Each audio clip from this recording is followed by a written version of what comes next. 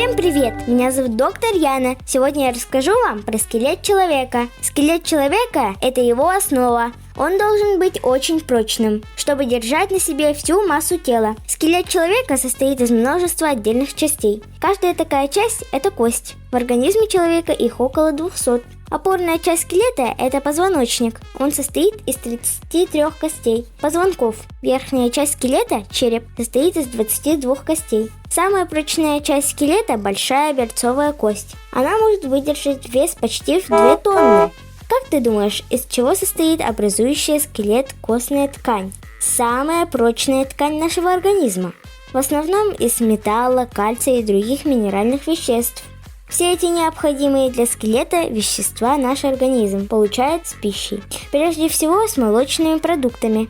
Молоко, творог, сыр, а также с некоторыми овощами. Иногда в результате старения организма или под воздействием каких-либо заболеваний кости начинают терять кальций. Тогда они становятся хрупкими и могут ломаться даже при незначительных травмах. В следующем выпуске мы узнаем с вами, из чего состоят кости. Не забудьте поставить лайк, пишите комментарии и жмите на колокольчик, чтобы не пропустить новые видео. Всем пока!